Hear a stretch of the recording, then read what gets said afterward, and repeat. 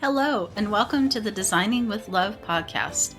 I am your host, Jackie Pellegrin, where my goal is to bring you information, tips, and tricks as an instructional designer. Hello, GCU students and alumni. Welcome to episode 2 of the Designing with Love podcast. In this episode, I will be discussing what microlearning is and what to look for.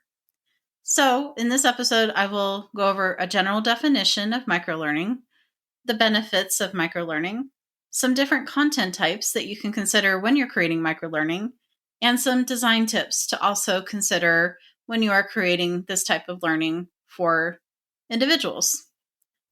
So, to start off, microlearning has become very popular, especially over the last year or so.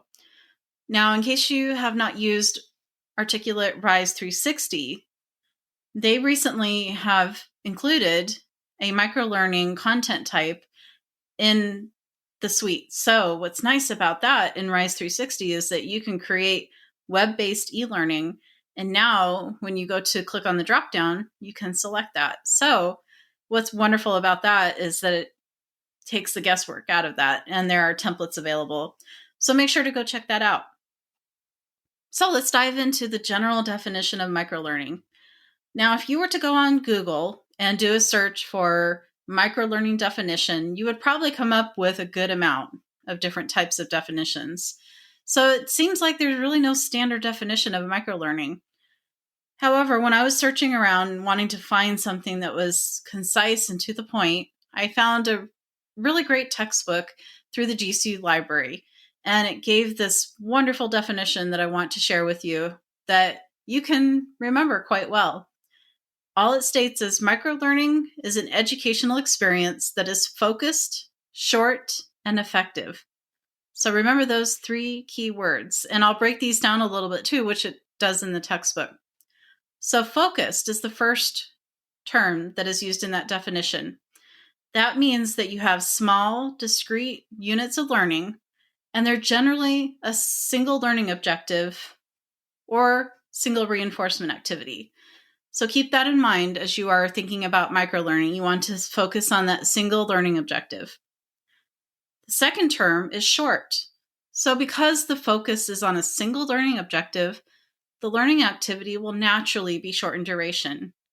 Now, sometimes people will ask, well, what is microlearning as far as how long should it be or how short should it be?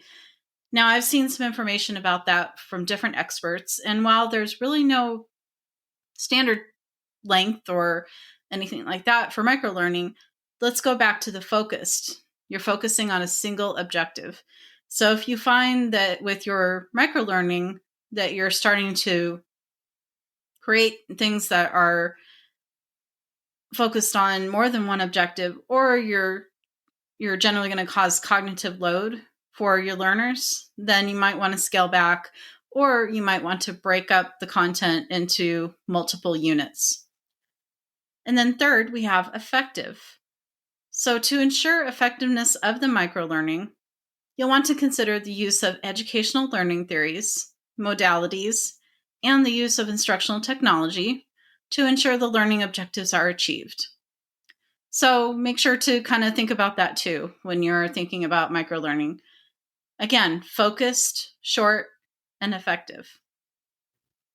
So now let's move on to the benefits of microlearning. So there's some that I found online that are really great. And to me, I think it's wonderful to see that there are some benefits out there. So one of them is microlearning is faster to deliver. And generally because, as we saw in the definition, it's short.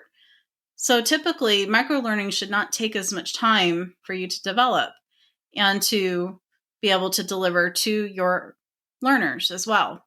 So that's one key benefit. Also, it's more affordable. Kind of goes in line with being faster to deliver. So because they're short, you can do it at a lower cost, which makes it great. Also, another benefit is microlearning is more flexible.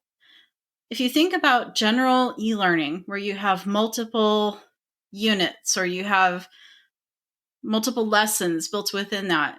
Think about how much time it takes to do that. You have to put together your storyboard, and you have to do all of those different things along the way and get your technology just right. But what's nice about microlearning is it provides flexibility and be able to take that one unit, that one learning objective, and focus just on that. Also, another benefit is that learners find it more engaging. Think about how learners are today. And even just with social media, we like to learn things in chunks and little bits. So it's great when you can chunk that information and engage your learners. And so that's another benefit of microlearning. Also, microlearning helps to boost knowledge retention. Again, we go back to that engagement. And also, we think about cognitive load, right?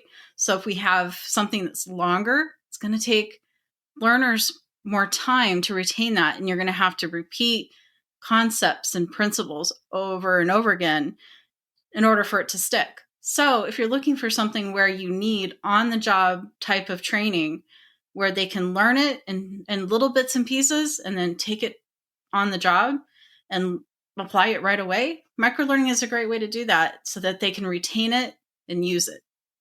And finally, microlearning gives learners more freedom. So with that, learners can say to themselves, well, great, this is a short little e-learning, maybe 15 minutes. I can learn it between my calls on break or something like that. If they work in customer service, or if they're out on the field, they can have a tablet in their hand and they can learn that. So it's great because learners can have more flexibility and they may not have to sit down for an hour and take a whole entire learning course. You can break it up into 15-minute chunks or something like that. And it's quick, easy, and ready to go for them.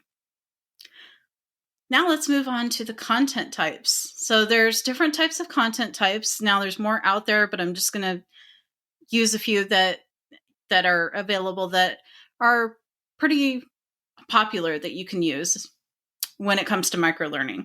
So the first type is brief text. Now these are considered phrases and short paragraphs. Next, we have images. Those are considered photos and illustrations.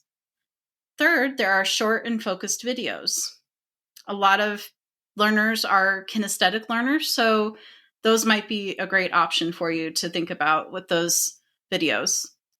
And then also along those same lines, you have short audio snippets of speech or music. So if you have auditory learners, something that you want to get across to them in an auditory way, you can consider that.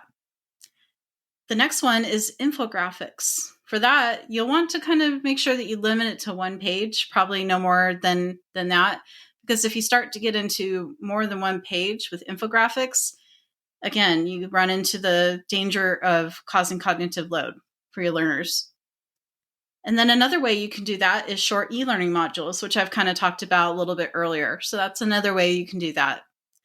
And then last but not least, you can do micro challenges and games. Those are really great as well.